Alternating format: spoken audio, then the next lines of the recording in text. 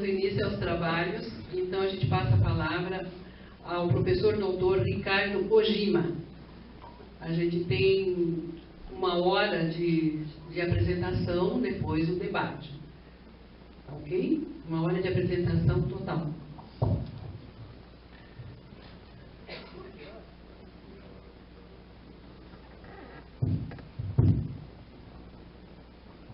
Bom, boa noite a todos.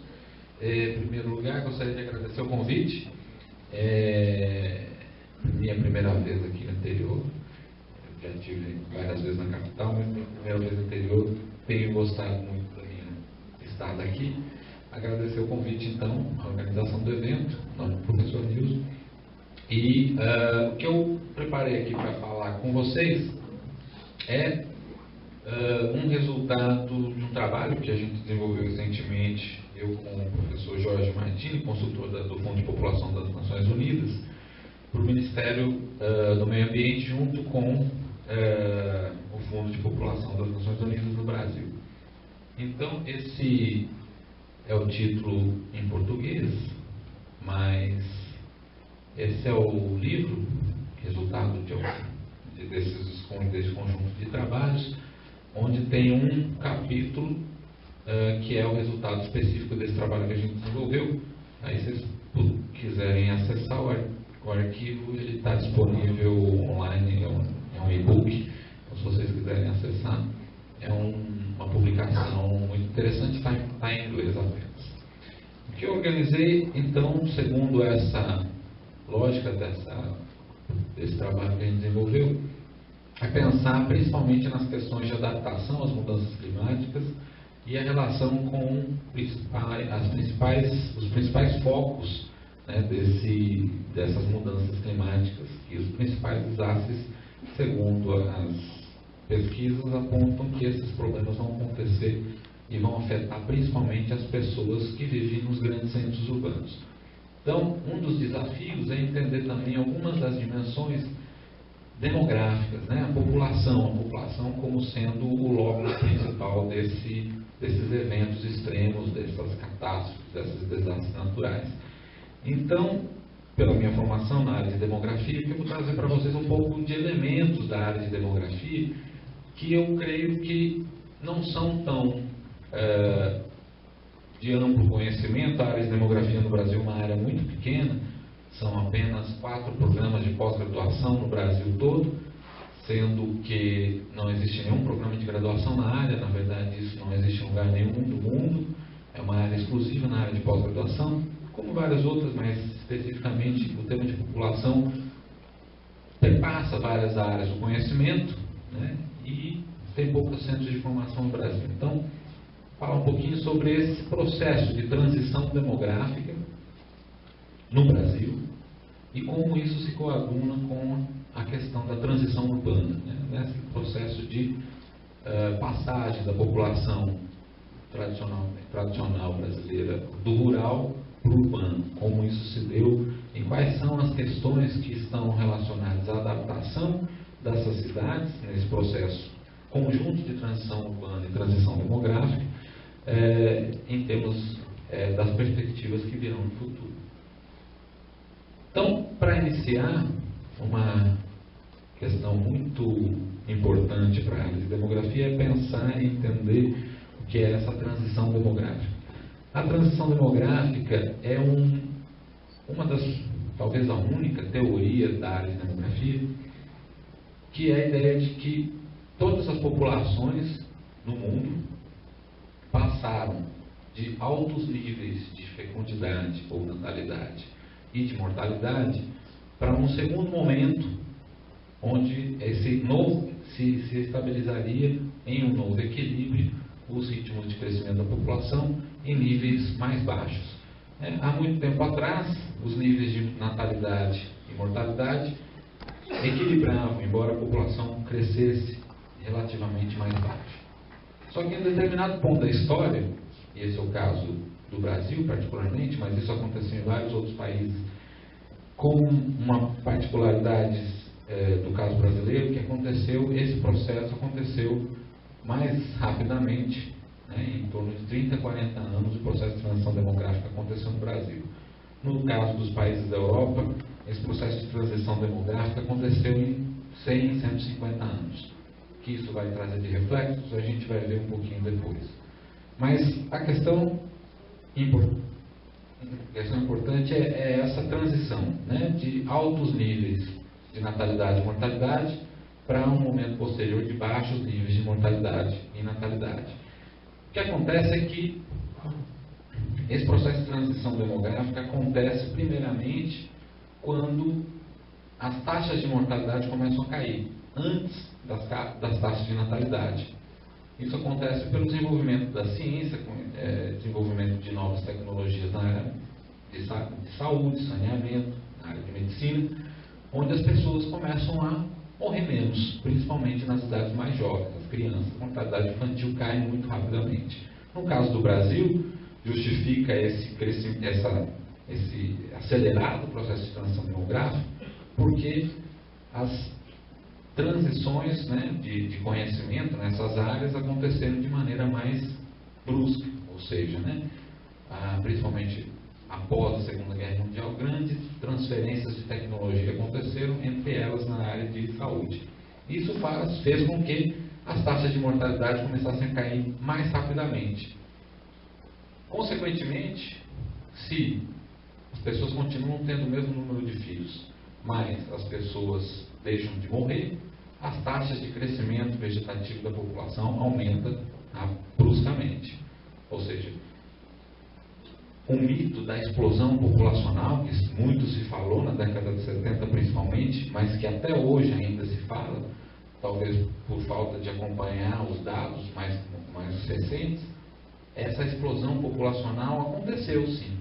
Aconteceu, a bomba explodiu, mas regrediu. Ela implodiu e hoje a gente vive um outro momento de decréscimo da população.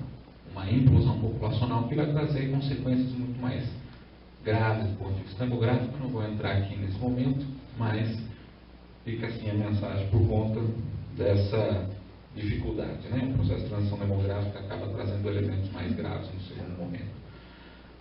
Então, o que acontece é que, num momento posterior, o comportamento reprodutivo da população começa a diminuir também, em parte para compensar os níveis de mortalidade mais baixos, as pessoas também começam a ter mais filhos. Outro elemento importante que aumenta nesse período no Brasil, a escolaridade das mulheres. As mulheres começam a ter menos desejo de ter filhos, entram com mais força no mercado de trabalho, passam a viver em áreas urbanas. Então isso é uma consequência de vários fatores conjuntos, mas principalmente do ponto de vista das mudanças no comportamento das mulheres. As mulheres hoje não querem mais ter mais do que 2 filhos. Se eu perguntar aqui, uma geração de jovens mulheres, provavelmente 2 vão levantar a mão dizendo que já têm filhos. Vamos fazer a experiência? Quem tem filhos aqui das mulheres? As mulheres jovens? Mesmo considerando, essa é um ambiente universitário, quer dizer, tem uma faixa de 20 e poucos anos, 4 pessoas levantaram a mão. Se isso fosse feito há 30, 40 anos atrás, primeiro não ia ter tanta mulher aqui. E as que estivessem iam ter levantado a mão. Né? Então, quer dizer, essas mudanças de comportamento das mulheres contribuem para que a fecundidade, a taxa de natalidade diminua cada vez mais. Hoje, já estamos aqui mais ou menos nessa faixa, as mulheres já estão num nível de fecundidade bem baixo. E com isso, a gente começa a ter taxas de crescimento da população bem mais baixas. Isso acontece, e a gente vê questões de médias, né? A nossa medida para a fecundidade é a taxa de fecundidade total no Brasil em 2010 era equivalente a 1,8 filhos por mulher. Calcula essa média porque é uma medida importante, porque a taxa de reposição da população seria na ordem de 2,1 filhos por mulher.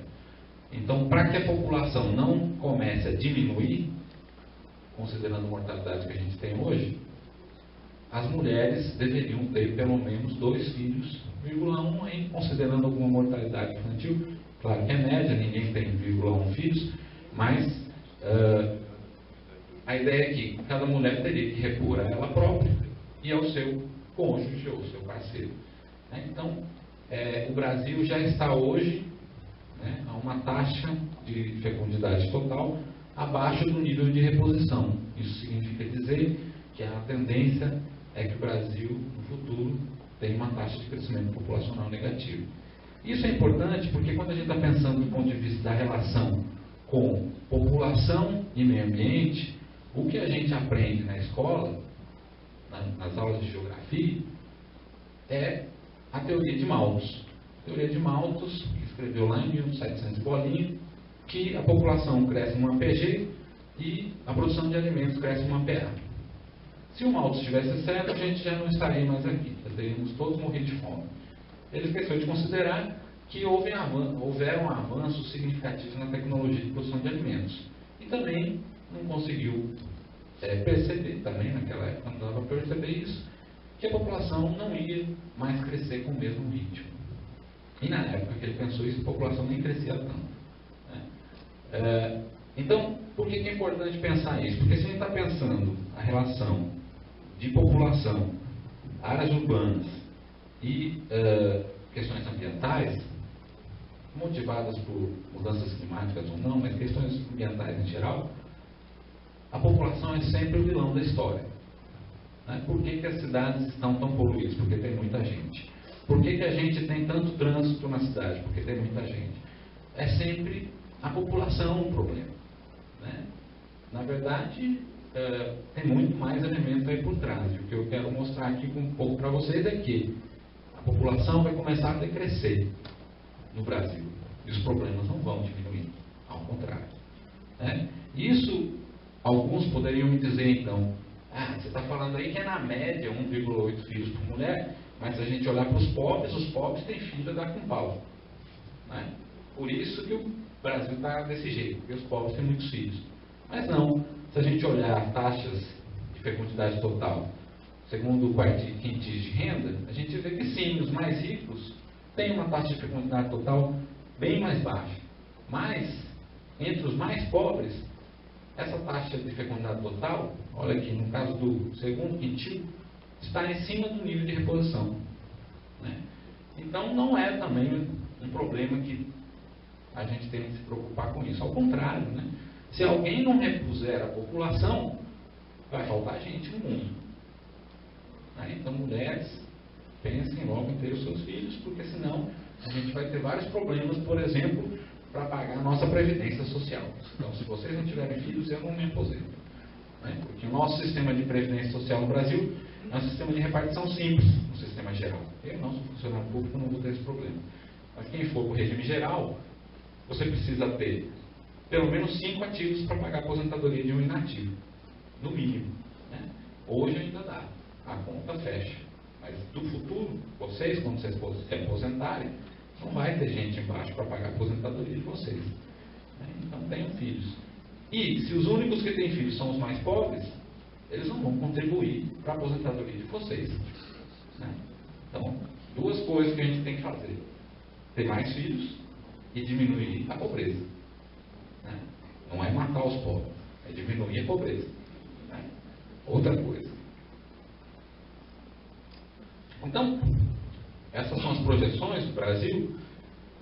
A taxa de crescimento da população brasileira, há uma previsão de que passou aí um ritmo de crescimento de 3% ao ano na década de 40 e 50, e que na faixa de 2030, 2040, a população brasileira vai ter taxa de crescimento negativo. Ou seja, a população vai começar a diminuir. De 2030, 2040, está logo ali. Nós vamos viver esse momento que o Brasil vai começar a ter uma população decrescente. E os problemas ambientais vão diminuir? Os problemas urbanos vão diminuir?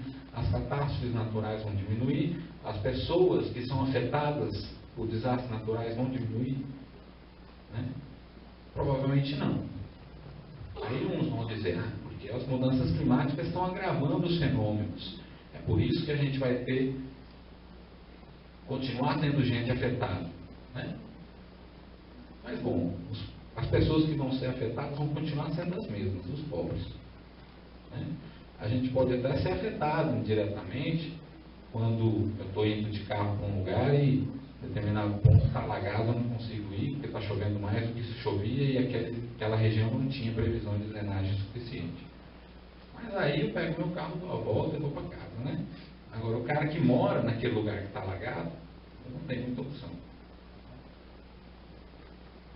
Então, somando a esse momento, deixa eu só voltar aqui, que no primeiro momento a população crescia a ritmos, taxas de crescimento muito elevadas, o que acontece também no Brasil é que nesse momento a população começa a se concentrar nas áreas urbanas.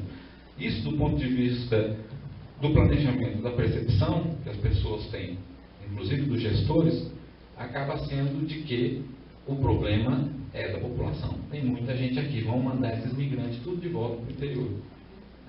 Primeiro porque isso é um movimento que não acontece, nunca aconteceu em lugar nenhum do mundo. Nenhum país voltou a ser urbano. Pessoas continuam, o Brasil é mais urbano que a Europa e vários outros países, mas as áreas urbanas são as áreas onde concentram as melhores oportunidades, otimiza o investimento de recursos, otimiza o oferecimento de serviços sociais. Então, não faz sentido que a gente distribua as pessoas de volta para as áreas rurais. É muito mais produtivo economicamente que as pessoas vivam em áreas urbanas. E isso, obviamente, foi, no Brasil, inclusive incentivado que as pessoas viessem morar nas áreas urbanas por várias razões, né? Industrialização, a própria investimento em oferecimento de serviços, tecnologia e assim por diante. Então, isso fez com que o Brasil vivesse num momento de alto crescimento populacional, porque vivia naquele exato momento onde a taxa de fecundidade ainda era alta e a taxa de mortalidade era baixa, e as pessoas estavam se concentrando nas áreas urbanas. As áreas urbanas, portanto, cresciam uma taxa de crescimento maior do que a taxa de crescimento da população do Brasil como um todo, né? Isso fez com que era muito pouco provável você conseguir fazer planejamento urbano de qualquer natureza em uma cidade que a população dobrava a cada 5 anos, ou, com um pouco mais de lentidão, a cada 10 anos. Considerando que o censo demográfico é feito a cada 10 anos e era o único momento onde você podia ter informação do ritmo de crescimento da população, e naquela época o censo demográfico demorava 7 anos para divulgar os resultados do censo. Então o censo de 70 foi divulgado quase quando começou a fazer o censo de 80. Então você tinha todo um atraso na informação, né? E você também tinha uma população crescendo muito rapidamente. O nível de desagregação da informação do censo naquela época também era no máximo para o município. Você não tinha como fazer planejamento interurbano nesse momento. Então, o que acontece é que a percepção, né, a capacidade do gestor de antever as questões, os problemas urbanos que poderiam acontecer, era limitado. Limitado por todas essas razões demográficas também. Mas não se justifica mais. Hoje as cidades crescem a ritmos mais baixos. Mesmo que ainda hajam regiões que ainda têm atração de imigrantes, não tem tanta gente no Brasil para se deslocar de um lugar para o outro. As pessoas já estão, 80% das pessoas no Brasil moram em áreas urbanas, e a grande maior parte delas já está concentrada nos principais polos. O que está acontecendo hoje, em termos de movimentos populacionais, é que as pessoas estão saindo dos grandes centros e indo para as cidades médias. Algumas no entorno dessas capitais, desses grandes polos, mas em cidades médias. Mas uma velocidade muito mais baixa do que já foi antigamente. Portanto, essas cidades têm capacidade de se planejar. Tem informação também. O censo 2010 foi divulgado os primeiros resultados 2 meses depois da conclusão da coleta das informações. 1 ano depois, 1 ano e meio depois, já estavam todas as informações disponíveis no site do IBGE para download de graça. antigamente era um processo, né, na década de 70 e 80, era um processo manual praticamente, né? Você tinha que rodar as rotinas em cartões perfurados, então só grandes especialistas que tinham computadores que eram do tamanho dessa sala e que conseguiam fazer uma tabela de inferência cruzada. Hoje em dia você faz isso no seu notebook, baixando os dados pela internet. Então assim, se não tem planejamento por falta de informação dos fluxos, dos movimentos, das características da população, é por falta de vontade. E principalmente as áreas urbanas. Hoje a população no Brasil está quase que totalmente vivendo em áreas urbanas. E uma parte dessa população que vive em áreas classificadas como rurais, também não são tão rurais assim, né? Algumas regiões são rurais, mas altamente tecnicizadas, portanto com características de infraestrutura de áreas urbanas. Então, alguns autores até trabalham com a ideia de urbanização extensiva, né? A ideia de que o rural já é uma região, uma característica, agrega características de vida urbana, né? Por outro lado, também tem, por questões legais no Brasil, toda sede de município é urbano por definição. Então, em algumas regiões do Brasil, a gente encontra municípios bem pequenininhos, de 10 mil habitantes, onde tem, do lado do Banco do Brasil e da Prefeitura, tem uma criação de galinha, né? Mas ali é urbano, né? Então, também tem uma certa indefinição do ponto de vista do que é caracterizado como rural e urbano no Brasil. Então, isso precisa ser levado em consideração, mas aí os estudos localizados permitem identificar essas incongruências da base de dados do censo. O censo não tem capacidade de fazer essa análise de maneira mais detalhada, porque aplica o questionário. Vocês estão gravando, né? Sim. Bom, então, pensando nessa transição urbana, as pessoas morando em áreas urbanas predominantemente no Brasil, mas em todo o mundo, isso já é tendência. Desde 2007, toda a população mundial, metade da população mundial já vive em áreas urbanas, e a tendência é aumentar cada vez mais. Acontece que a gente tem, pelo menos, do ponto de vista demográfico, 3 tipos de impacto demográfico, nas áreas urbanas principalmente. Um é o crescimento absoluto, né? É verdade, o Malthus tinha uma certa razão, né? Quanto mais gente, mais difícil da gente gerenciar o sistema, os produtos, as áreas urbanas, qualquer coisa. O que ele achava é que esse crescimento ia inviabilizar a vida mundial, então a gente tinha que controlar a população mundial de forma externa. Uma curiosidade é que vários países do mundo usaram métodos de controle da natalidade de maneira extrema, ou seja, forçado. O Estado obrigatoriamente controlava a fecundidade das mulheres, né? Com laqueaduras forçadas e, no caso da China, a política do filho único, né? Multa para quem tiver o segundo filho. Mas no Brasil nunca houve nenhuma política deliberada do Estado. Ao contrário, o Brasil nunca teve essa política de atender aos interesses das demandas de crescimento populacional, porque via no crescimento populacional um potencial de crescimento econômico, né? Então, no Brasil, a taxa de fecundidade, as mulheres pararam de ter filhos porque elas quiseram, porque estudaram mais, porque foram trabalhar, por essas razões que eu já mencionei. Mas sim, o crescimento absoluto da população é um agravante na hora da gente pensar os desafios, né, das questões ambientais urbanas e principalmente aí das mudanças climáticas. Outra questão que é importante é que as pessoas que vivem nas áreas urbanas têm um padrão de consumo diferenciado. O mesmo grupo de pessoas pode viver de maneiras muito diferentes. Isso não implica necessariamente que vivam mal, né? Então a gente costuma ver, quando a gente constrói indicadores de qualidade de vida, indicadores de vulnerabilidade, indicadores de várias naturezas, com dados demográficos, é que as pessoas que vivem desse jeito são classificadas como pessoas mais vulneráveis, né?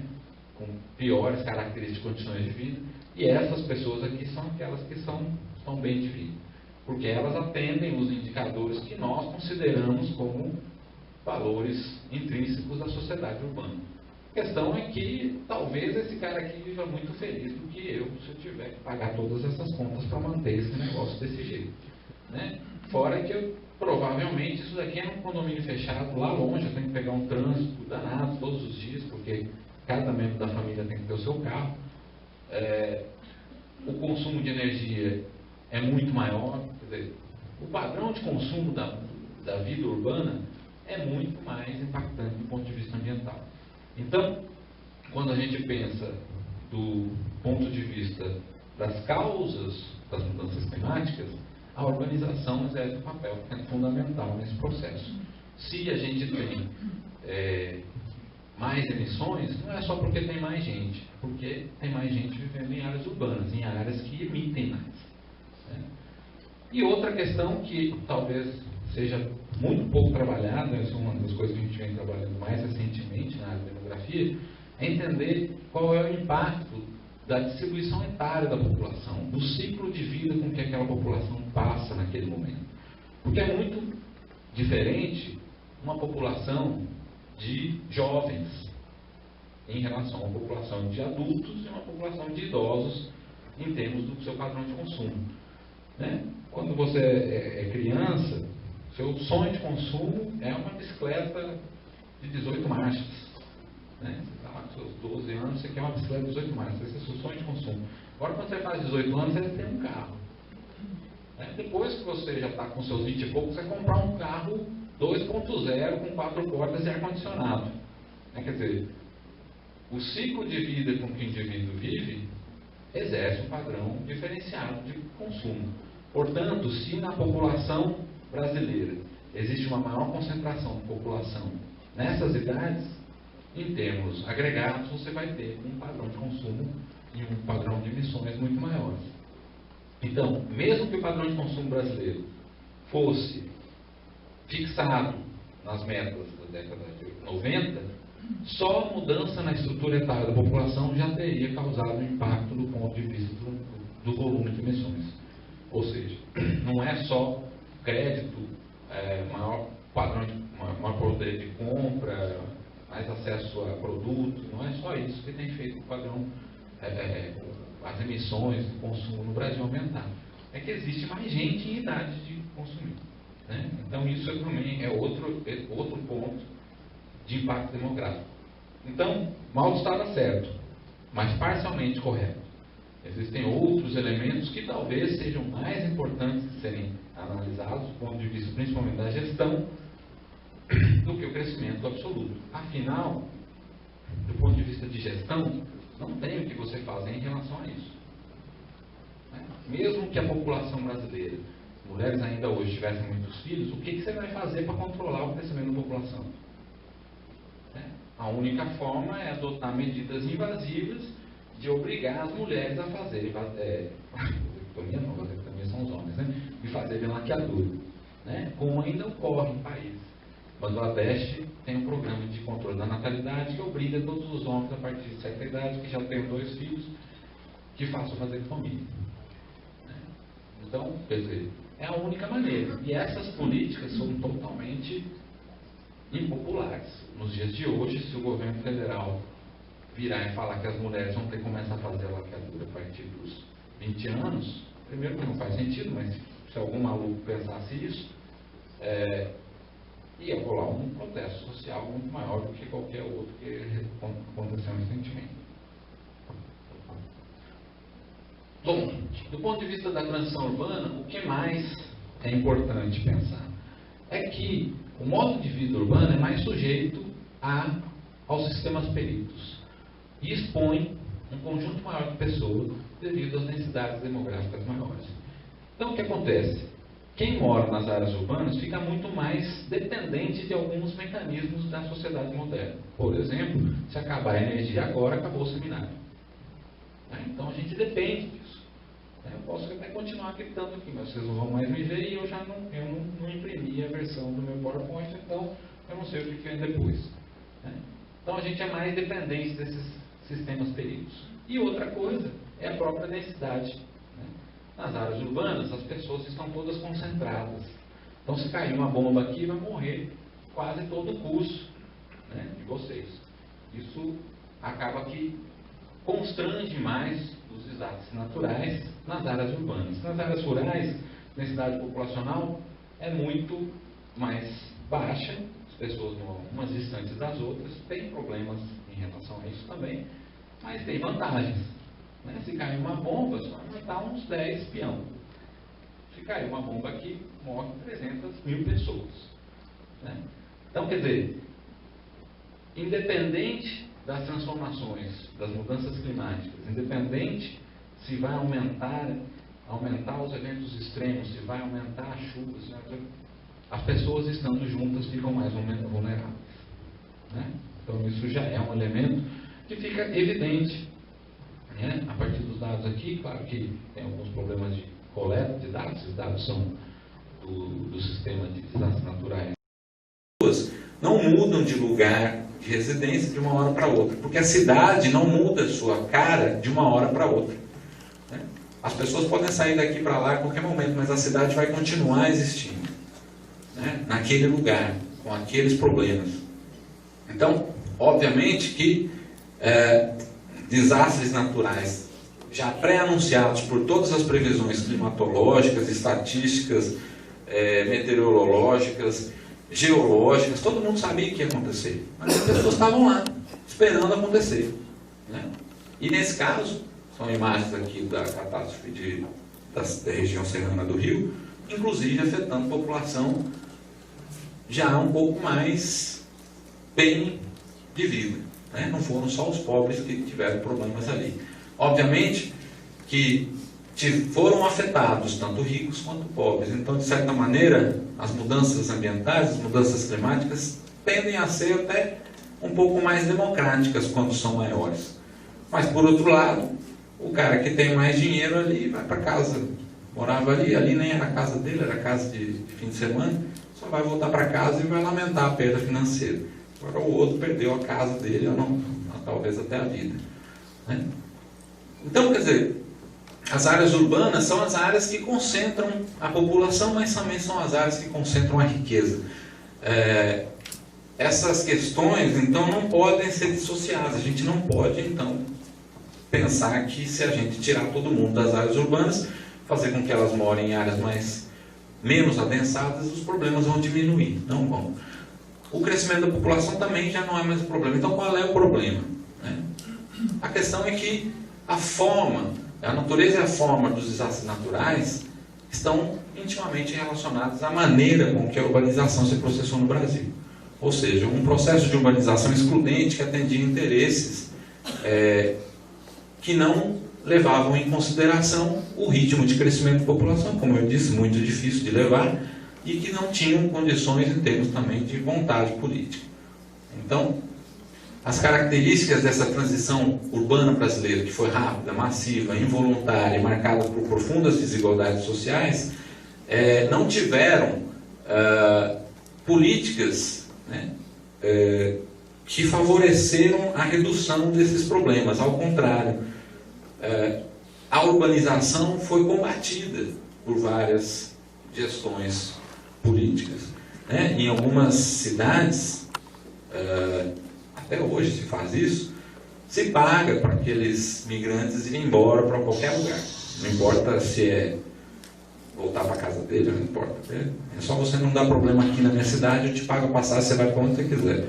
Isso acontece até hoje. Né? Isso acontecia com mais intensidade antigamente. Outro elemento é que muitas pessoas mencionam, né, que o caso do Brasil é problemático porque o nosso processo de urbanização aconteceu de maneira desordenada.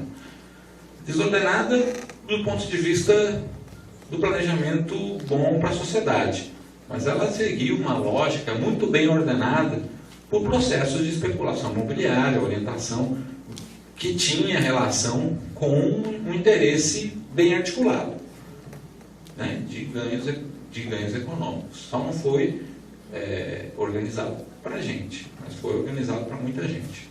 Né? E nesse sentido, o que aconteceu é que a população mais pobre, que era o maior contingente, que chegava massivamente nas áreas urbanas, vindo de áreas rurais, portanto com lógicas de vida totalmente diferentes, ficavam restritas a viver aonde sobrava espaço, né? Aonde dava. e onde dava, não era necessariamente o lugar mais adequado. Então, os desastres naturais urbanos que hoje refletem esse processo é que dão a cara dos nossos desafios das mudanças climáticas que virão pela frente. Ou seja, é muito mais difícil superar esses desafios porque os problemas já existem, independente do que as mudanças climáticas possam trazer. Então não importa muito se as mudanças climáticas são culpa do homem, se não é culpa do homem, isso não cabe ao sociólogo decidir. Isso decide o meteorologista, o climatologista, o geólogo. O que a gente tem que pensar é que a gente já tem problemas ambientais urbanos seculares relacionados à desigualdade social no Brasil. Como enfrentar esses desafios se os problemas vão se agravar, ou vão se intensificar, ou vão acontecer com mais regularidade? Esse talvez seja o grande desafio. E aí a gente vê com os dados da pesquisa de indicadores básicos municipais e da pesquisa de saneamento básico nacional, do IBGE, que a maior parte dos casos, percentual de municípios que sofreram inundações e alagamentos, segundo os fatores descritos pelos gestores de cada município, a maior parte deles estão relacionados aí a problemas de gestão. Ninguém se remete aí aos problemas da chuva. Não é a chuva que está causando alagamento. É a obstrução de bueiro e boca de lobo. Isso tem a ver com limpeza urbana. Ocupação intensa e desordenada do solo. Isso tem a ver com plano diretor. Obras inadequadas. Isso tem a ver com planejamento. Como aqui também. Lançamento inadequado de resíduos sólidos. Tem a ver com coleta de lixo. Desmatamento, questões ambientais e assim por diante. Ou seja, os problemas que os próprios gestores percebem em relação aos problemas de alagamento e inundações dos seus municípios são de ordem de gestão, não são de mudanças climáticas. Portanto, os desafios para o planejamento, os desafios para a adaptação às mudanças climáticas são muito mais de ordem de gestão, mas isso todo mundo já sabe. A questão é que, em geral, quando um tema novo surge no cenário científico ou na mídia, você tenta arrumar novos culpados para o problema. Então você vai falar, não, isso aí é por causa da chuva, porque que o homem está emitindo muito CO2 e tal. Não, isso não é o problema. Isso pode ser o problema, mas as mudanças climáticas, do ponto de vista de temporalidade, vão acontecer de uma maneira muito lenta. Vai aumentar o nível médio dos oceanos em alguns centímetros em 100 anos. Isso vai afetar a gente? Você vai ficar ali esperando, vendo se a onda vai bater no céu? Não vai. Você tem que dar um passinho para trás e resolver o seu problema. Agora, esses problemas aqui não se resolvem dando um passinho para trás. Então, quer dizer, do ponto de vista de gestão, a gente vê duas grandes catástrofes mundiais tiveram perdas absurdas em termos financeiros, mas são questões de países, que têm terremoto, que tem furacão, que tem tsunami, que tem vulcão, que tem...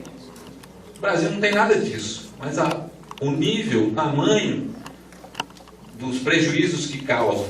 No caso de São Paulo, perdeu R$1 bilhão por mês só porque choveu demais, por falta de planejamento, por falta de limpeza no bueiro, é o fim da picada. Então, o que a gente tem? Que a agenda ambiental brasileira, principalmente depois das mudanças climáticas, o quarto relatório do PCC, trouxe uma ênfase muito grande em questão de mitigação. Mesmo assim, com muitas contradições. As questões de adaptação receberam muito pouca atenção e quase nenhum recurso.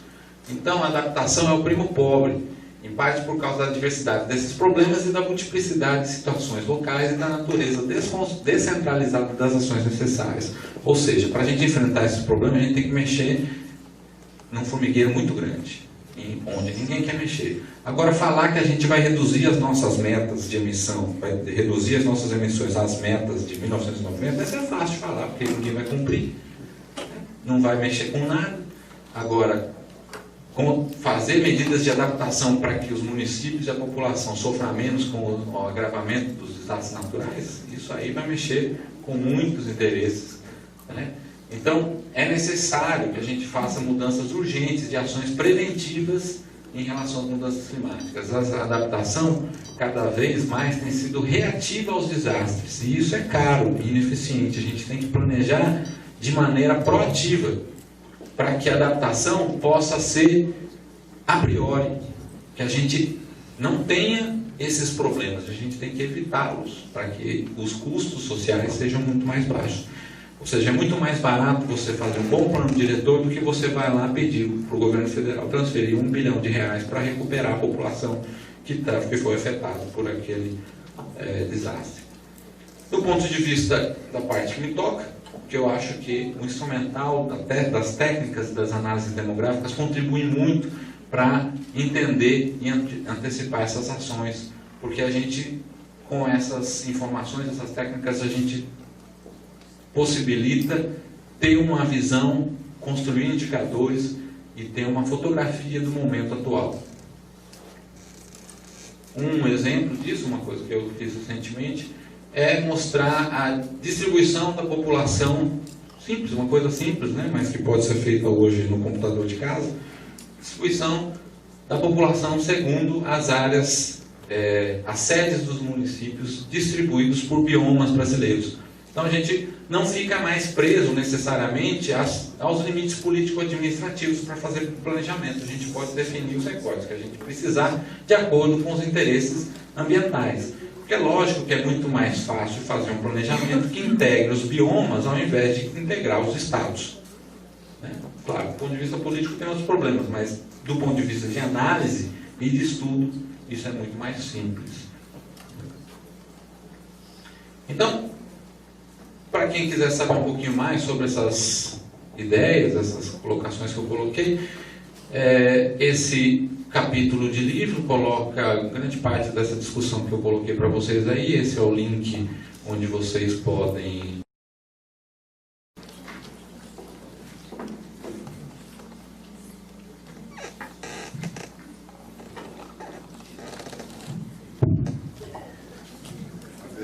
Boa noite a todos. Eu vou falar meio alto, eu sempre falo alto sem microfone, mas como estão gravando, eu vou tentar ficar com o microfone. Baixa e controla o som lá, né? Ok. Bom, eu estava comentando com o Ricardo, eu não sou pesquisador da área de mudanças climáticas.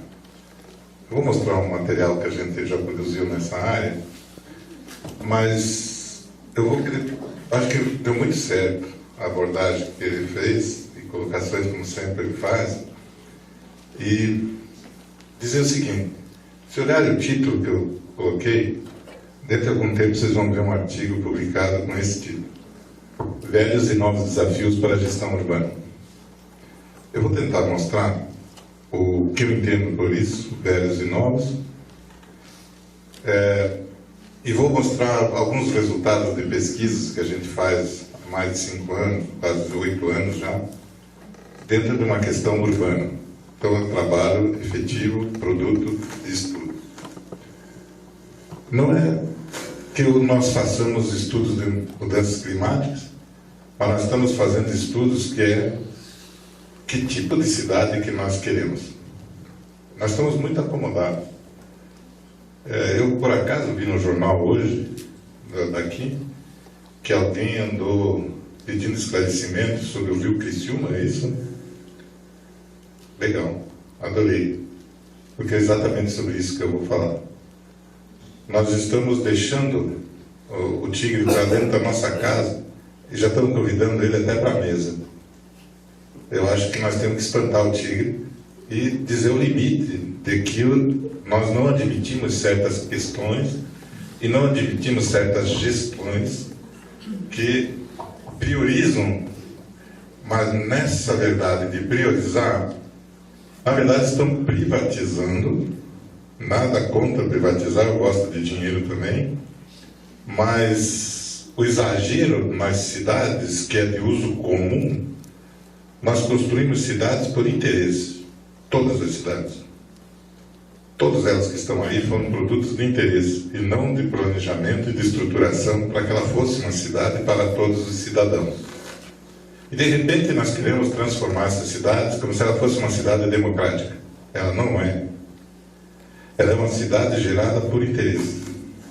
Toda gestão, e ainda quando se faz gestão, porque a maioria das cidades não faz gestão, faz um gerenciamento arcaico de uma decisão por interesse. Bom, isso só para caracterizar um pouco a impressão que a gente tem das cidades que estão por aí. Como eu não consigo falar sobre tudo o que eu estou afirmando, eu vou falar só sobre uma questão. Eu vou fixar o meu trabalho e a minha abordagem sobre os rios urbanos, que é fundamentalmente um dos reflexos de maior testemunho do que eu quero afirmar aqui para discutir com todos.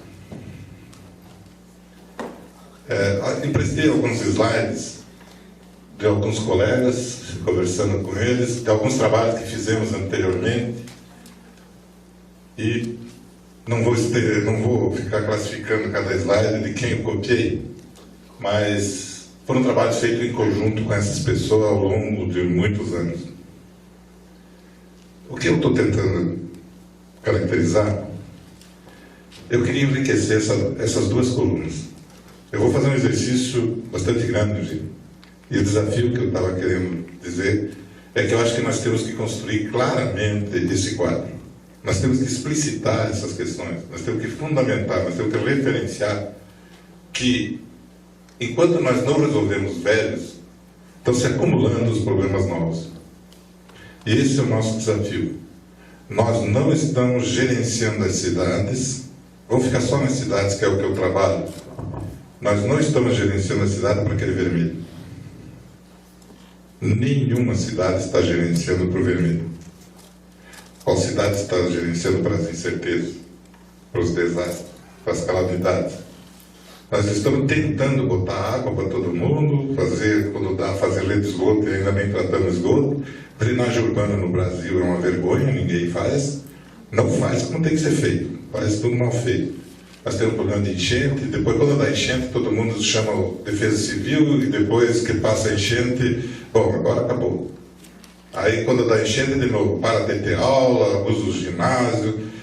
Eu orientei um colega da Defesa Civil no mestrado, do qual aquele capítulo no próximo livro que deverá acontecer, que era exatamente sobre como a Defesa Civil poderia entrar no planejamento urbano, tentando inserir um pouquinho daquele vermelho, dizendo que ela teria áreas especiais de controle e prevenção, projetos de contingência, de forma a que não houvesse tanta agressividade, tanto espanto, porque vai acontecer um fenômeno natural que é previsível, está acontecendo e às vezes se intensificando mais, mas cada vez que acontece, é um tal de pedir roupa não sei para quem, comida não sei para quem, me dá dinheiro, me ajuda daqui, me arruma espaço, porque eu tenho que assentar essas pessoas, e a televisão faz aquele espanto, né? Por que toda vez que se repete isso é o mesmo espanto? Porque a cidade não tem gestão.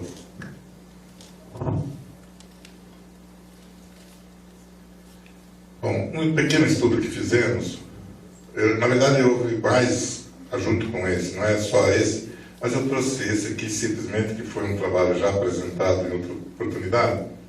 Nós procuramos ver se nós devíamos entrar dentro dessa visão que eu estou trabalhando, com os efeitos de mudanças climáticas nos municípios, nas cidades, já que se falava tanto que era importante pesquisar isso.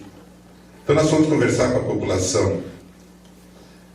A impressão que se tem é que as pessoas de ouvido acham que as coisas estão se agravando. Mas quando depois disso aqui a gente começa a conversar com eles, é um problema novo ou é um problema velho? Você não acha que você está dizendo que é mudanças climáticas que está trazendo esse problema? Mas antes de falar de mudanças climáticas, será que esse problema já não existia na tua cidade? E aí o discurso começa a ficar interessante. Opa!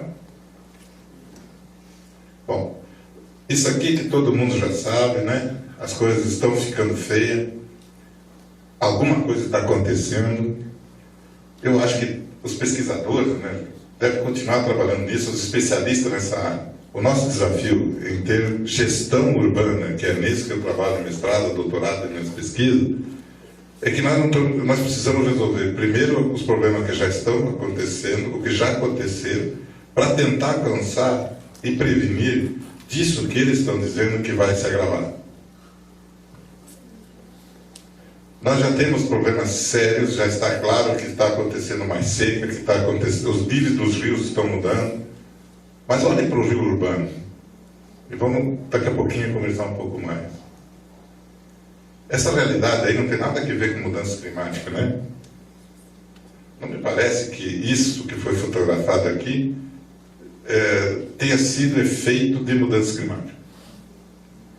Para a pessoa que vê as colocações das pesquisas do IPCC, não sei mais quem lá, começa a dizer, na hora que olha isso aqui, ele diz que isso aqui é devido à mudança climática.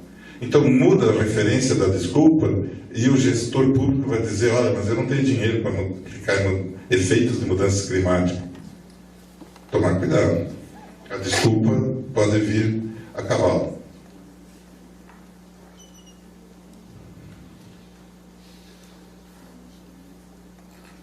Não sei se isso aqui tem a ver com mudança climática, talvez afete, é isso que o pessoal está dizendo na ciência. Mas nós continuamos botando lixo em quantidades impressionantes.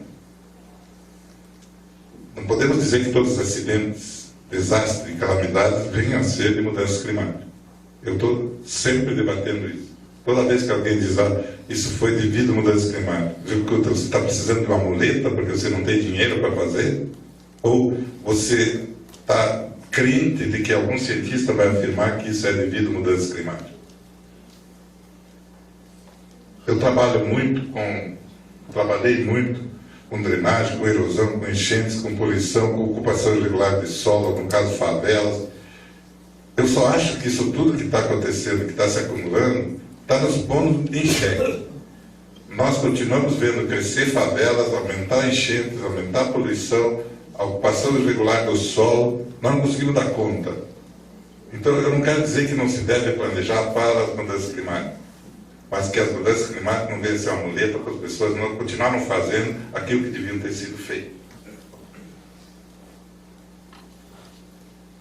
Trabalhei mais de 20 anos no oeste do estado do Paraná, no oeste de São Paulo, sul do Mato Grosso, e levei uma surpresa enorme quando fui ao Amazonas e vi que lá esse solo aqui também, né, é suscetível, e se tirarem a mata amazônica, todo o Amazonas vai virar isso aqui.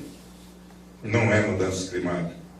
É que o clima da região já é um clima que não permite ocupação tão errada como foi feito no oeste do Paraná, mais de 100 municípios, no oeste de São Paulo e no sul do Mato Grosso. Todo o Amazonas, praticamente, tem pequenas faixas do Amazonas que não vai virar isso que aí se apresenta. Essas enchentes são dentro de Curitiba, isso aqui é dentro do campus. É aquela grande enchente que aconteceu aqui, todos vocês presenciaram também, em 83. Aí saiu a União da Vitória, Porto União, a gente trabalhou bastante. Isso aqui não foi mudança climática. Isso foi ações do homem. Ou talvez tenha ações de mudança climática, mas são muito mais resultados de ações do homem. Isso não é ações de mudança climática. Isso é a realidade da nossa sociedade. Isso é a realidade do serviço mal feito. Você tem um tubo de drenagem, né? Tem o tubo de drenagem, a caixa de coleta de águas de chuva, tubo de esgoto passando por dentro, algum de manutenção, tinha entupido, veio lá e quebrou, né? Como é que você vai dizer que isso é de mudança climática? Isso não é mudança climática. Vamos dar uma olhadinha aqui numa coisa real. Isso é São Paulo, lugar maravilhoso, né? Pessoal caríssimo. Vocês vejam que belíssimo morro aqui. O Maluf não tem nada a ver com o Maluf do governo de São Paulo, tá? Era o morro do Maluf. Eu espero que não. Porque daí ele tem que pagar por mais essa. Essa ideia aqui, prestar atenção nesse morro, nessa praia tão badalada, do que ficou. Isso não é mudança climática. Isso é mudanças humanas. Essa é bela Curitiba, sob um platô, próximo a menos de 100 quilômetros do mar, uma região maravilhosa, servida de rios, é só rios que correm, mas ela é famosa por entubar seus rios, por botar o rio debaixo da terra porque ele está podre e está feio. Isso não é mudança climática. Então eu quero tratar da questão de uma testemunha urbana dessas condições. O rio é a melhor testemunha, o melhor indicador, né, já que nós trabalhamos com indicadores, das ações do homem no meio urbano, que vai se agravar com mudança climática, com certeza, porque ele é o produto das externalidades urbanas. O que nós vemos nos rios, cada vez que você olhar para um rio, você vai observar que você tem todo um desafio. Na hora que você tenta fundamentar o que são rios urbanos, nem a própria literatura diz claramente o que é rios urbanos. Não temos um conceito de rios urbanos. Se olharem, nós tivemos recentemente a mudança de um Código Florestal. Será que o Código Florestal falou alguma vez adaptou o Código Florestal, dadas as novas mudanças, dos assentamentos humanos, dada a questão de mudanças climáticas? Não se viu falar nisso, né? Foi apenas mudança de um Código Florestal por interesses escusos, sem nenhum respeito e sem nenhum critério técnico, se criou uma mudança num código tão importante na nossa sociedade. Tentar responder por que os rios urbanos são poluídos. Por que nós temos que admitir que eles continuem poluídos? Porque as empresas de saneamento não fizeram o serviço que elas foram contratadas para fazer. Se alguém tem resposta diferente, está lançado o desafio.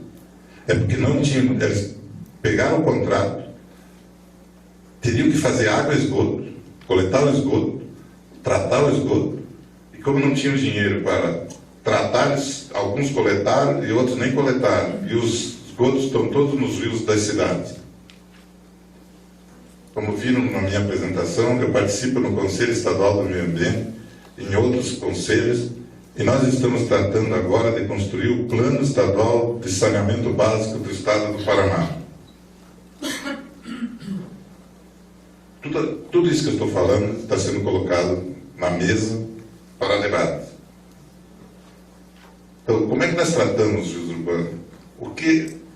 Será que existem países que já fizeram o serviço que a gente está dizendo que nós não fizemos? E que, portanto, eles possam estar mais preparados para aquela lista vermelha? Parece que sim. Existem bons exemplos. Bom, aí tem uma série de questões. E fica a pergunta assim, será que nós temos uma situação de que nós podemos ter cidades mais estruturadas, mais organizadas, mais elaboradas, de forma que os rios se transformem numa questão que eles fiquem limpos? Porque os rios das cidades só são sujos porque os cidadãos que moram nas cidades são sujos. Não existe rio sujo em cidade onde as pessoas não sujem a cidade. Então, sinônimo de rio sujo é pessoas sujas. Nesse sentido, eu tenho trabalhado bastante, eu posso fazer essa afirmação. Então, o problema todo é que há uma ausência do consciente coletivo. Os rios foram traídos, a natureza foi enganada, os rios foram privatizados. É só ver a Avenida 9 de Julho, o centro de São Paulo, as enchentes de São Paulo são decorrência exatamente disso. Se isso não tivesse acontecido na cidade de São Paulo, não haveria praticamente enchentes na cidade de São Paulo.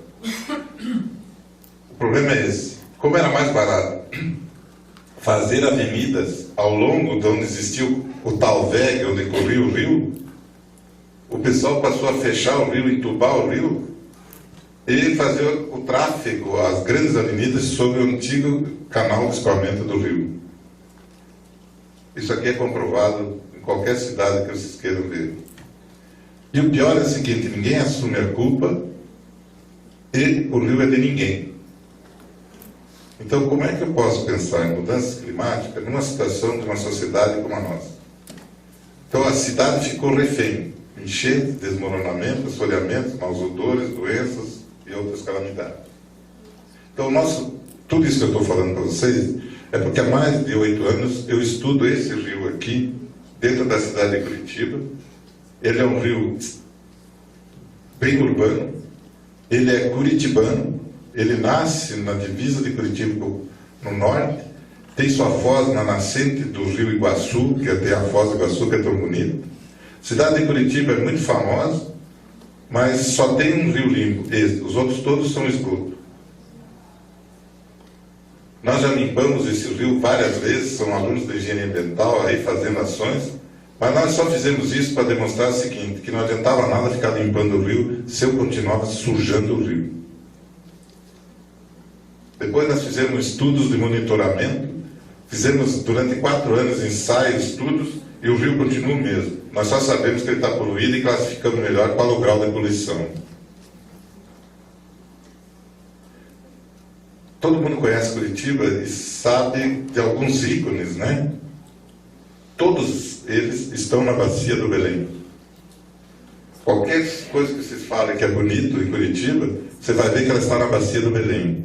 E o Belém é uma calha de esgoto. Então nós estamos estudando aí por que o rio fica sujo. Então, a ideia que eu coloco aqui para debater, se possível explicar, existem 2 fatores, 2 questões, 2 razões pela qual o rio está sujo. Uma, porque as casas, os prédios, as edificações, as indústrias, o comércio, em vez de lançar o esgoto numa rede coletora e levar isso para a estação de tratamento, lançam os esgotos nas galerias de águas pluviais que vão até os rios e poluem os rios. Isso é uma das causas. Mas só representa 50% daquilo por qual o rio está sujo. Com aquilo que eu comecei falando, do que estão cobrando daqui do rio desta cidade, há uma companhia de saneamento, de que ela é a única responsável, lê de engano. Se essa companhia conseguisse, numa varinha de condão, de hoje para amanhã, acabar com todo o problema que ela tinha que cumprir, fazer rede de esgoto, tratar esgoto, o rio continuaria sujo. Porque os outros 50% de fontes poluidoras do rio continuariam acontecendo. Ok? Então não dá para chegar assim e achar um Cristo, e aí mata esse Cristo porque é ele que tem que ser crucificado, e daí você vai ter uma morte por nada. Então, aqui é outro elemento, é uma poluição chamada poluição difusa, quer dizer, ela em sendo difusa, significa que você não consegue detectar muito bem qual é a fonte dessa poluição. Nós trabalhamos muito com essa ideia de tentar identificar. E aqui são uma série de elementos que acontecem na cidade e que, quando chove, a cidade é lavada, essa água suja vai para o rio. Todo o nosso sistema de galerias de águas pluviais joga as águas das chuvas dentro dos rios, sem nenhum tratamento. Se fosse pensar em tratar água de chuva, realmente nós não teríamos dinheiro para isso, talvez daqui a uns 200 anos.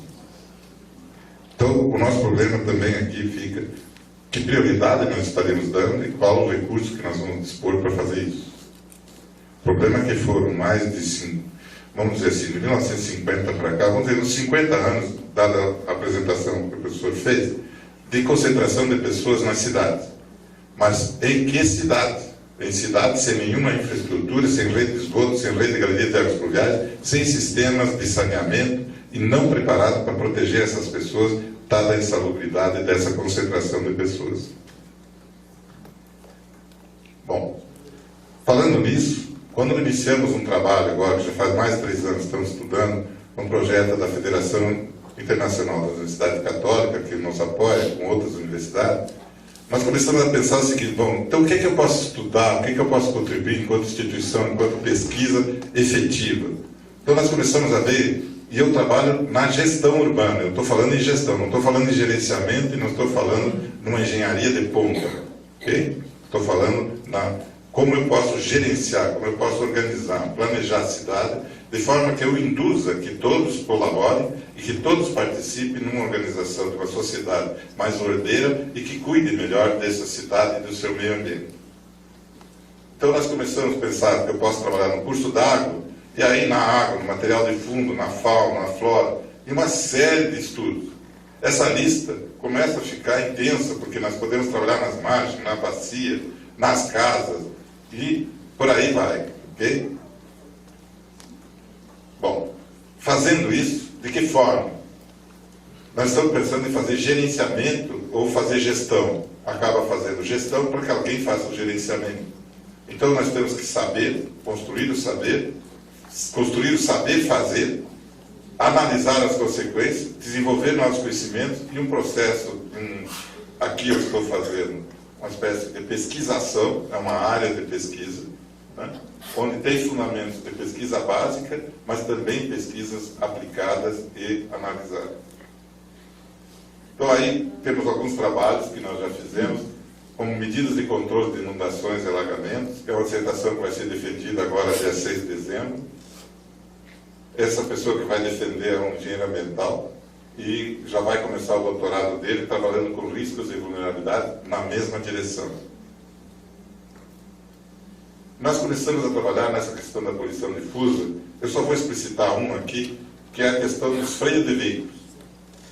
Cada vez que nós freamos um veículo, nós desgastamos alguns materiais que, ferro por ferro, produz pó, produz substância que, ao chover, vai parar nos rios e forma um lodo muito finos, muito difícil de controlar e um dos responsáveis por assoreamento dos rios.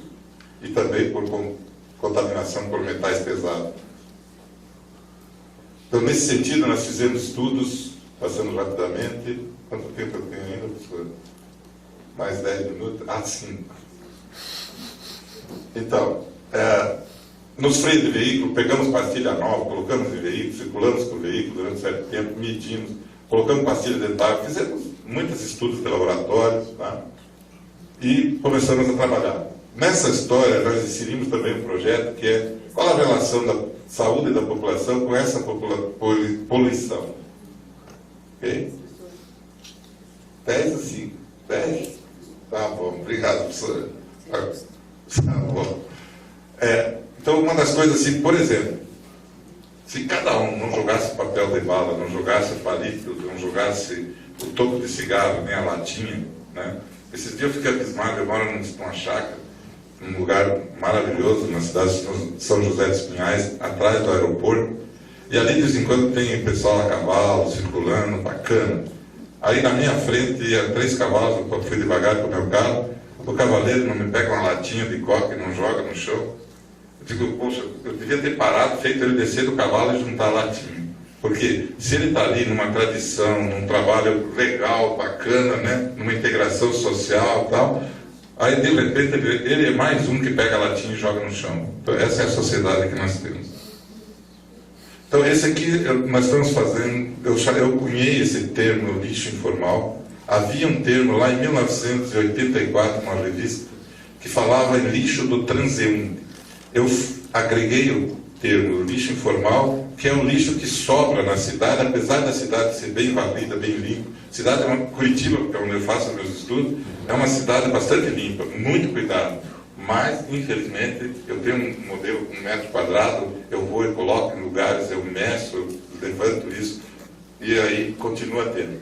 E nós estamos trabalhando nessa ideia aqui, inclusive, na cobertura dos edifícios que são um pouco mais baixos que os outros. É impressionante o que os edifícios mais altos jogam na cobertura dos edifícios mais baixos. Então, parece que é uma questão da nossa sociedade. Okay? Nós precisamos resolver isso. E, então nós começamos a trabalhar numa ideia que, infelizmente, tem alguma coisa no LID, com LID, Law Impact Development, e o LIEED, é LID, que é da construção civil. Esse pessoal trabalha um pouco nessa linha, mas eu não consigo encontrar na literatura um trabalho assim, quarteirão ambientalmente sustentável. Como é que eu digo que uma sociedade limpa, que mora num quarteirão ambientalmente sustentável, numa casa ambientalmente sustentável, que o cidadão é ambientalmente sustentável? Então, esse é o desafio.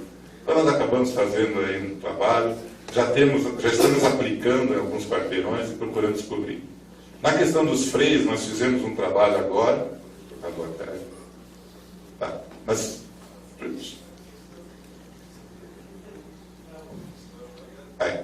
fizemos, estamos até fim desse mês, vai estar pronto o relatório, poderei disponibilizar. É um estudo só sobre circulação de veículos, só ônibus, em toda a bacia do Rio Belém.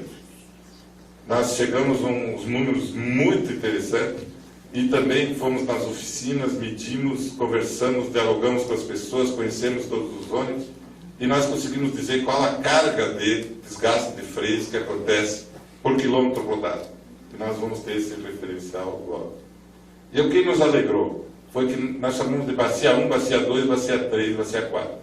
Da nascente até o primeiro parque que existe em Curitiba, que é bastante visitado e usado, nós conseguimos, de uma foto de 2011, que isso aqui era um verdadeiro esgoto, e agora nós estivemos lá, medimos e tiramos foto, a água estava límpida. Então, dá para deixar o rio limpo.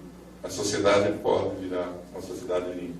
Eu não vou entrar no mérito disso aqui, só quero dizer o seguinte: nós somos essa sociedade que, para trazer água para as cidades, criava verdadeiras obras de arte, que tinha privadas latrinas, né? E que o complexo era impressionante, tinha canaletas que passavam aguinha, que lavavam as mãos, etc. Nós tivemos situações, como pode se materializar, Paris viveu uma situação assim, em que o pessoal fazia as necessidades de noite no pinico e de manhã jogava pela janela e tinha a célebre frase: sai de baixo. Não é aquele programa da Rede Globo. Ok? Isso aqui houve uma indignação, isso aqui é de um jornal da época, e a partir daí o Rio Sena foi limpo e foi feito todo o sistema de esgoto de Paris. Então todo mundo se revoltou, a sociedade se engajou, toda a empresa, todos os stakeholders, né, como falam os que formam as opiniões na cidade, e se transformou naquilo que é maravilhoso, todo mundo quer visitar hoje. Isso aqui são alguns modelos de fazer isso. Nós temos um exemplo recente, conheci o professor Hu, a gente teve contato, ele esteve no Brasil, nós batemos um papo. O que foi Seul, a cidade, isso aqui se traz nesse sistema, vamos ver, se alguém não viu, era uma degradação total e tinham feito minhocões porque a cidade precisava cada vez mais espaço para circular veículos. Todos esses prédios viraram pocilgas, viraram uma degradação humana extrema e os prédios não tinham mais nenhuma função, deviam ser até demolidos. O que eles fizeram foi que tiraram tudo isso e hoje é assim. E foi porque um professor teve a ideia. Okay? Mas é que isso aqui ainda precisa alguém ter ideia, também, isso é real. Pior é que nós temos situações que nós visitamos, onde nós tentamos andar de barco, e para o barco andar nós tínhamos que enfiar o remo no meio do lixo. Bom, no Brasil tem alguns exemplos, o pessoal pode entrar no projeto Manuelzão. Isso aqui é a cidade de Cleveland, que em 1952 o rio estava tão poluído que pegou fogo. Aí a sociedade se cotizou, foi lá e fez, e hoje é o cartão de visita. Nós de Curitiba, nos seminários, e também participando naquele pessoal lá do rio Manuelzão, o Rio das Velhas, que é importante, é uma grande nascente do Rio São Francisco, que percorre 680 quilômetros de Minas Gerais, todo um trabalho de revitalização. Nós conseguimos emitir essa carta. Era uma proposta de que se forme uma rede internacional, nós estamos trabalhando nisso, de forma que se reúna pessoas que tenham algum conceito, ou sejam fazedores de opinião, ou que queiram colaborar, que a gente possa criar uma corrente no mundo de que não se admita mais os rios das cidades sujos. Para dizer a vocês, pessoas que participaram conosco, um era do Ministério do Meio Ambiente, esteve em Curitiba por 2 vezes, e eu sei, e ele comenta, que é possível que no Brasil se tenha, dentro do Ministério do Meio Ambiente, do Ministério da Cidade, uma secretaria que se preocupe em políticas públicas para a revitalização dos rios urbanos. O que a gente quer é que mais pessoas que estejam imbuídas do mesmo espírito, que queiram fazer isso, que se envolvam nessa questão. É isso. Obrigado. Não é uma solução, que foram gastados 60 milhões de reais, para evitar as enchentes no centro da cidade. Foi resolvido o problema do centro da cidade, mas esse rio ele vai desaguar em algum lugar, obviamente, nos bairros mais pobres, aqui no Sangão, ou em outros bairros, né? Então, o que o senhor colocou sobre rios, assim, me bate, que é uma preocupação muito grande que o meu grupo de pesquisa tem. E agora, então, se abre o debate, nós temos o quê? 30, 40 minutos para os debates. As pessoas podem fazer pergunta aos expositores. Nós tentamos lá naquelas 2.500 propostas de ações que está nos 40 capítulos da Agenda Global, não nos 6 capítulos da Brasileira, são 2.500 propostas. Um trabalho que fizemos recentemente, orientamos uma dissertação, era riscos de favelização. Olhando para essas 2.500 propostas, identificou-se que 108 dessas propostas, em aplicadas seriamente, não existiriam favelas. Então, me parece que o que nós precisamos é encontrar o denominador de qual tipo de ação, que tipo de desenvolvimento que se deseja para a nossa sociedade brasileira.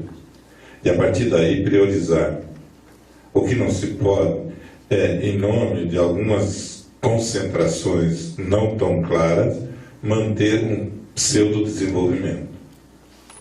Mais ou menos isso que eu posso colocar.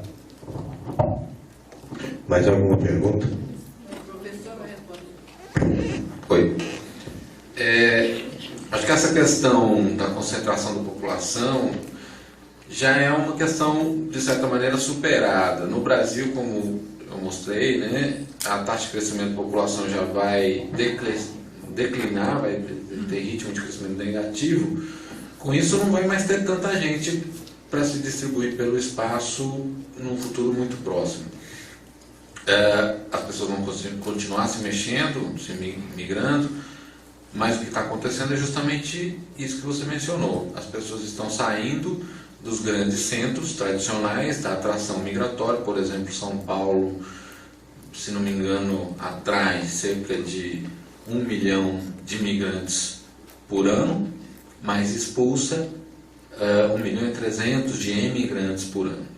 Portanto, o município de São Paulo cresce a taxas de crescimento menores que a taxa de crescimento vegetativo. Ela não cresce mais, ela só está repondo a população do tamanho que ela possui esses últimos anos. Então, o que surge de mais grave, isso eu trabalhei na minha tese de doutorado, é esse novo processo de urbanização, que nos Estados Unidos é chamado de urban sprawl, né, a urbanização dispersa, como eu chamei. O problema não é necessariamente a quantidade de pessoas nas áreas urbanas, mas a forma com que elas vivem. Essa urbanização dispersa tende a demandar maior uso de transporte automotivo. As cidades compactas são as cidades onde as pessoas podem fazer as coisas a pé, né? Se compara uma cidade europeia com uma cidade norte-americana, você vai ver qual é a dificuldade de se deslocar em cada uma delas, né?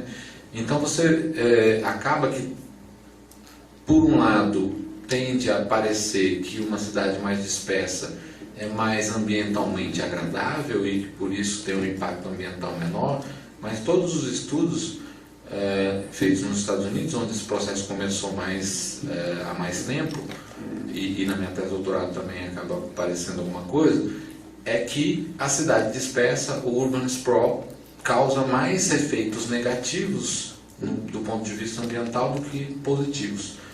Então, as pessoas vivendo mesmo em cidades, mas em cidades menos densas, traz efeitos mais nocivos ao ambiente do que todo mundo junto, apinhado em prédio. Claro que existe uma densidade ótima em área de engenharia civil e engenharia urbana, que também tem trabalhado com isso, de um ponto de urbanização ótimo. Não sei se dá para resumir isso num indicador, mas há necessidade de que se façam estudos nesse sentido para se detalhar melhor. Cada contexto regional também faz toda a diferença.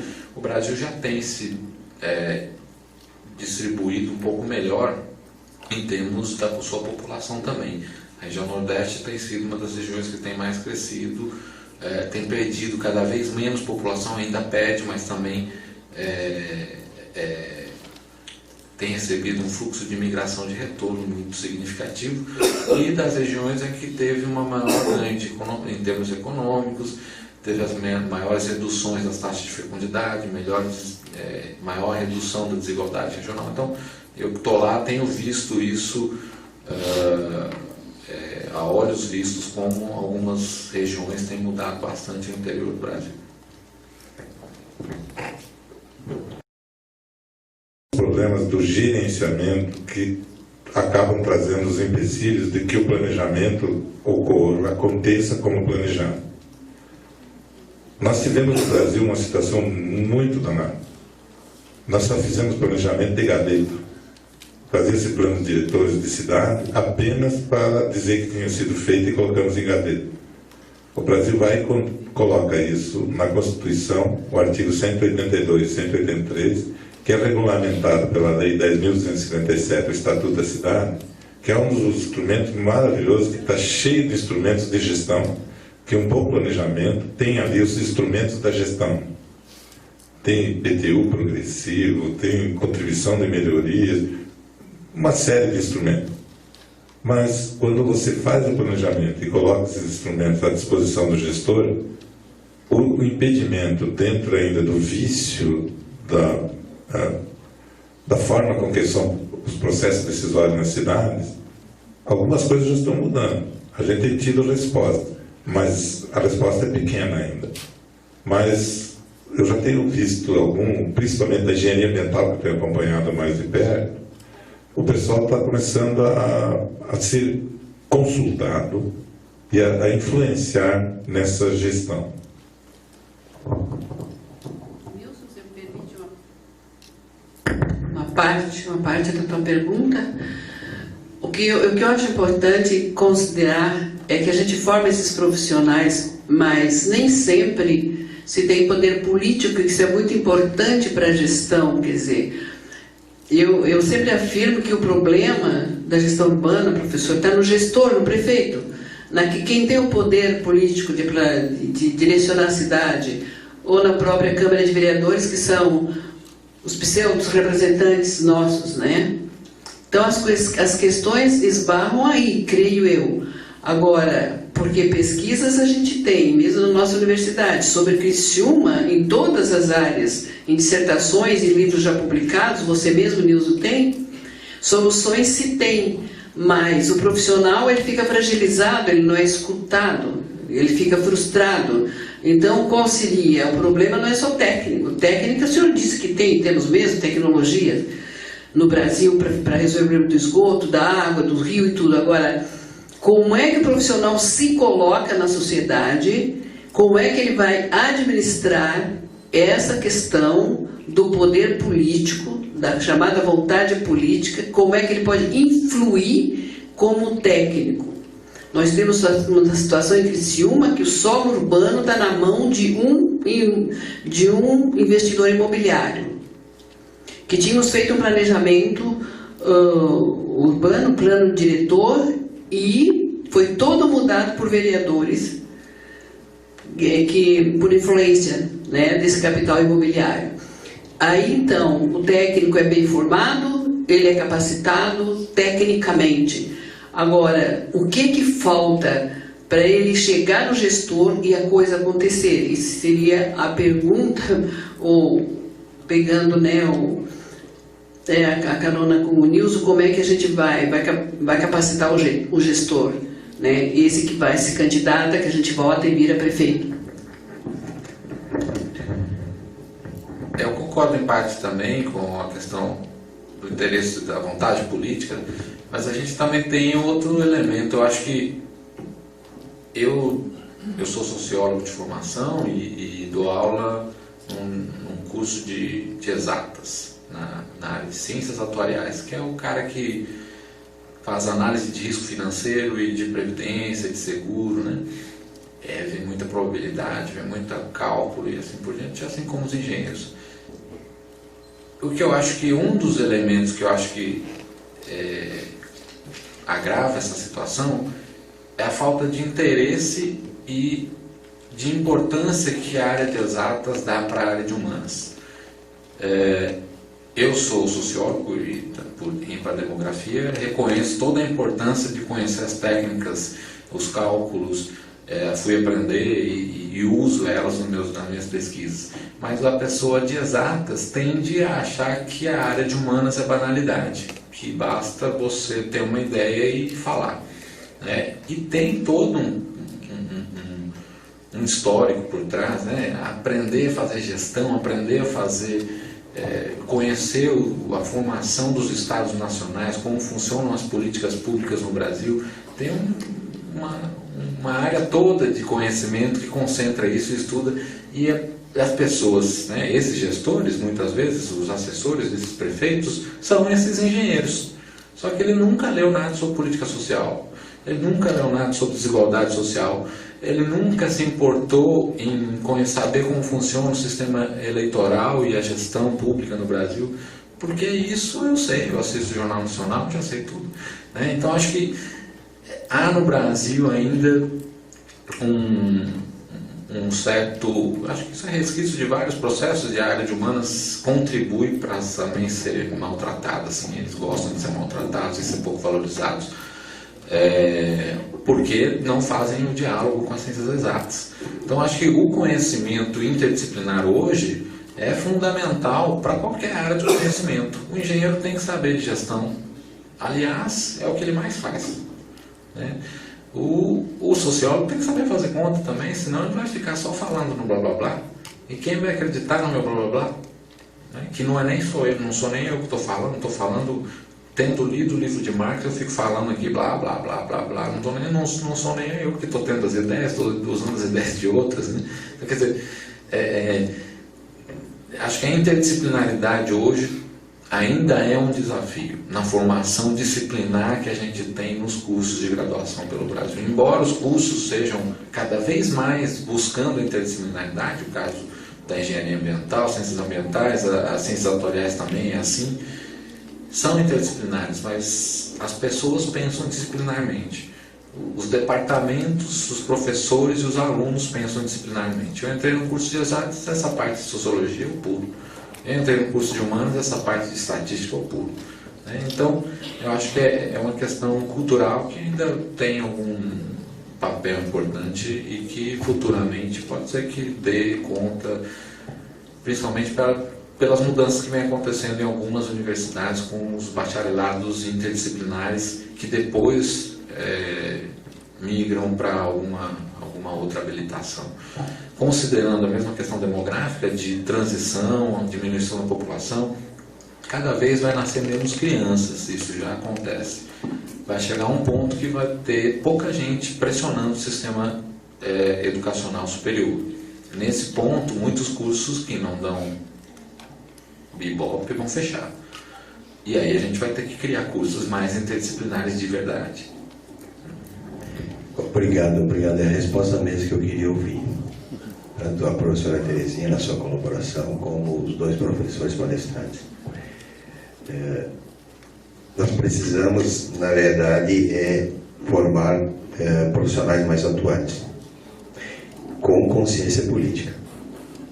Essa sensibilidade precisa ser melhorada. Mais alguém quer fazer algum comentário ou alguma pergunta?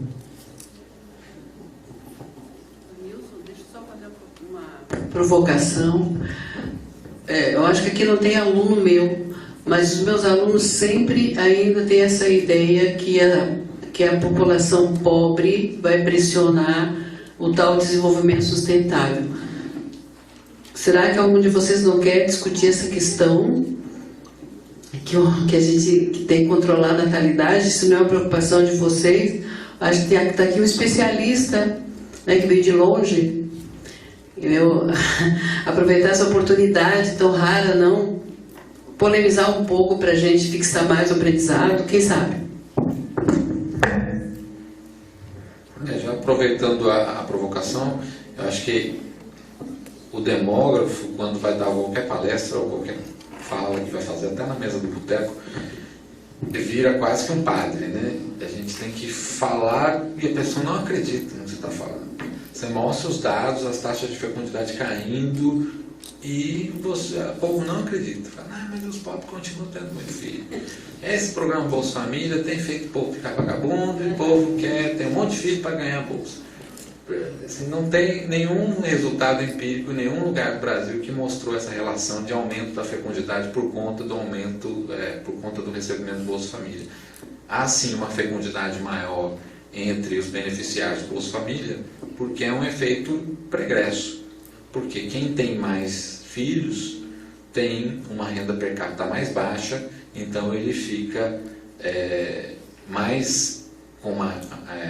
ele é mais elegível do que outros para receber o Bolsa Família. Ele é prioritário, porque é baseado na renda per capita domiciliar. Então, quer dizer, essa coisa da redução das taxas de fecundidade é uma dificuldade muito grande, porque o gestor que está lá, ele também pensa assim, ele pensa que a população mais pobre é responsável pela pobreza. Né? Você atribui a responsabilidade da pobreza para o próprio pobre. Né? E não é reduzindo a fecundidade dos pobres é que vão deixar de ser pobres. Eles só vão ser menos pobres, em termos de volume, menos quantidade de pobres. Mas eles não vão ficar ricos se eles tiverem menos filhos. Né? É o contrário. Né?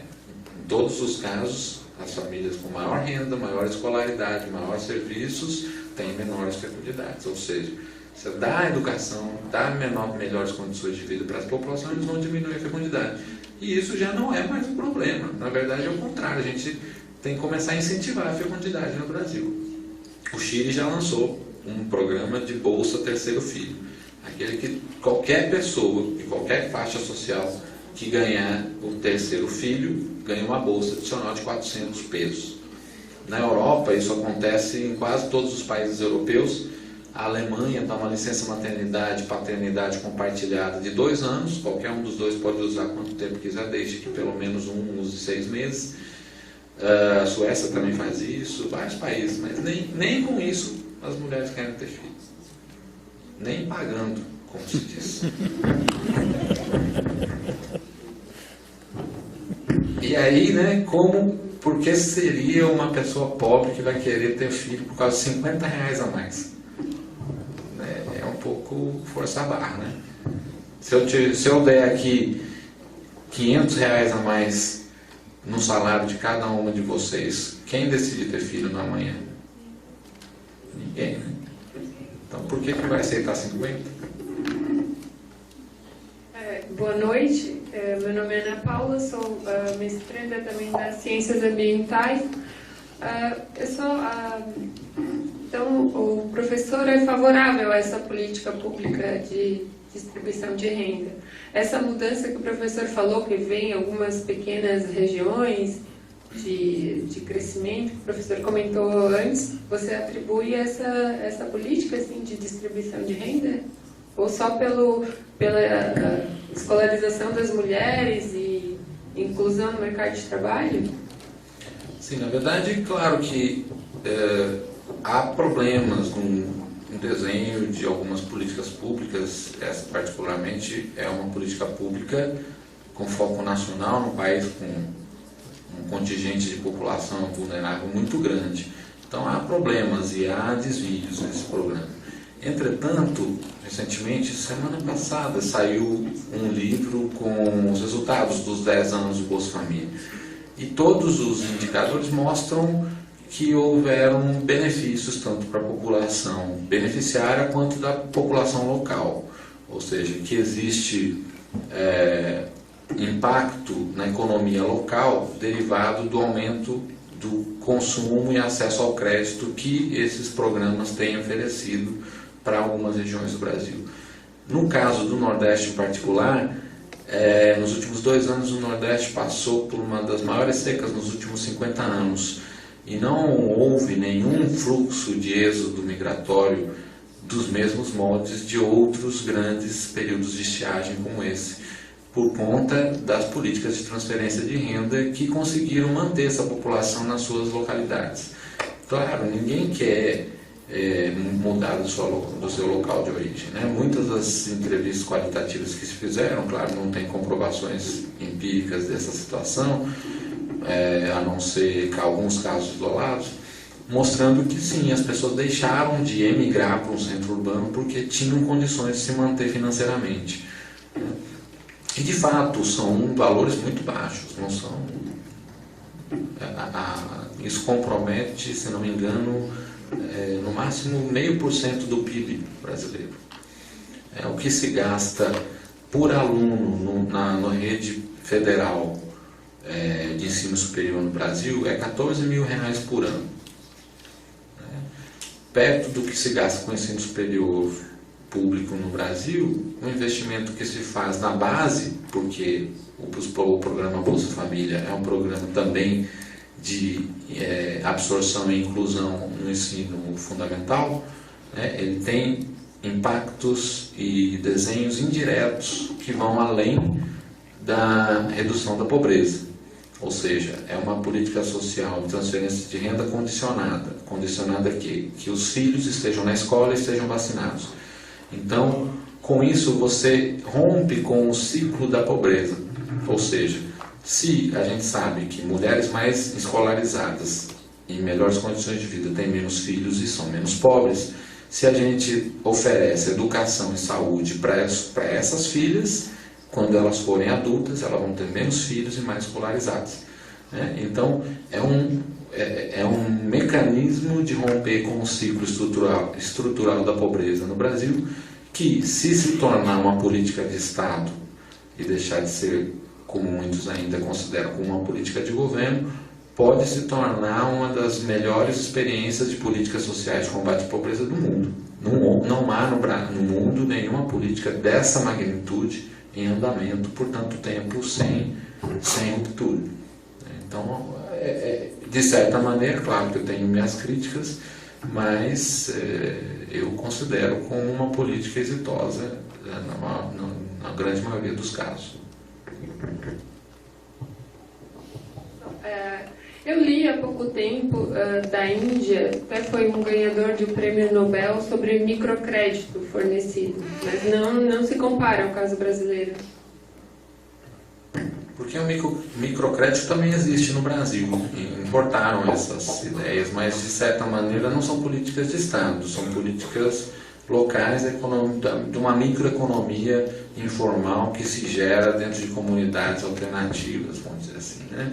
Uma política social efetiva que tenha sido orientada por o governo, usa recursos públicos e assim por diante, não tem parâmetro em outros países. A Índia tem esses programas, tem sido exitosos, mas a desigualdade social na Índia é mais do que econômica, né? É uma sociedade estamental que tem outras características que agravam mais ainda a situação. Mas esse livro que foi lançado recentemente é governamental? Sim, ele na verdade é organizado pelo MDS, mas tem autores que são independentes, né? São pesquisadores de instituições federais de ensino e de pesquisa. Está disponível para download pelo site do Ministério do Desenvolvimento.